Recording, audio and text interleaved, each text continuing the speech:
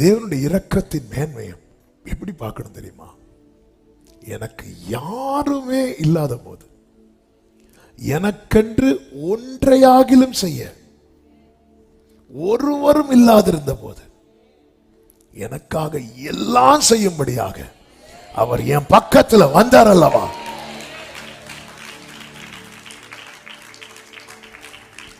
இந்த இரக்கத்தை, தேவனுடைய இரக்கத்தை பார்க்கிறவன் தனக்கு என்ன கொடுக்கப்பட்டாலும் அதை குறித்து மேன்மை பாராட்ட மாட்டான். தனக்கு எல்லாம் கொடுத்தவரை குறித்துதான். பல நேரத்தில் நாம் ஒரு நிலையை அடையும் போது இதை மறந்து விடுகிறோம். யூதாவுக்கோ அப்படி சொல்லிட்டு, யூதா அப்படி பண்ணா, யூதா இப்படி பண்ணா, யூதா அப்படி பண்ணா, இரக்கம் செய்வேன். மோசேக்கு கர்த்தர் தம்மை வெளிப்படுத்தும் போது, மோசே கர்த்தர் இரக்கம் உள்ளவர்.